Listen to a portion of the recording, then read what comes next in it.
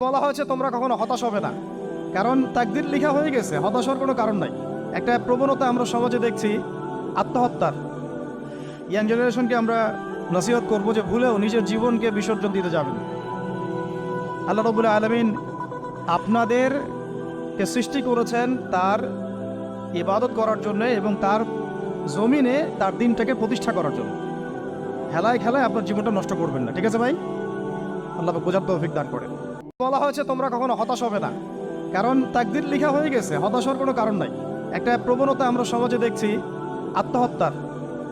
Young জেনারেশনকে আমরা নসিহত করবো যে ভুলেও নিজের জীবনকে বিসর্জন দিতে যাবেন। আল্লাহ রাব্বুল আলামিন আপনাদেরকে সৃষ্টি করেছেন তার ইবাদত করার জন্য এবং তার জমিনে তার দিনটাকে প্রতিষ্ঠা করার জন্য। খেলায় খেলায় আপনার জীবনটা নষ্ট করবেন না, ঠিক আছে ভাই?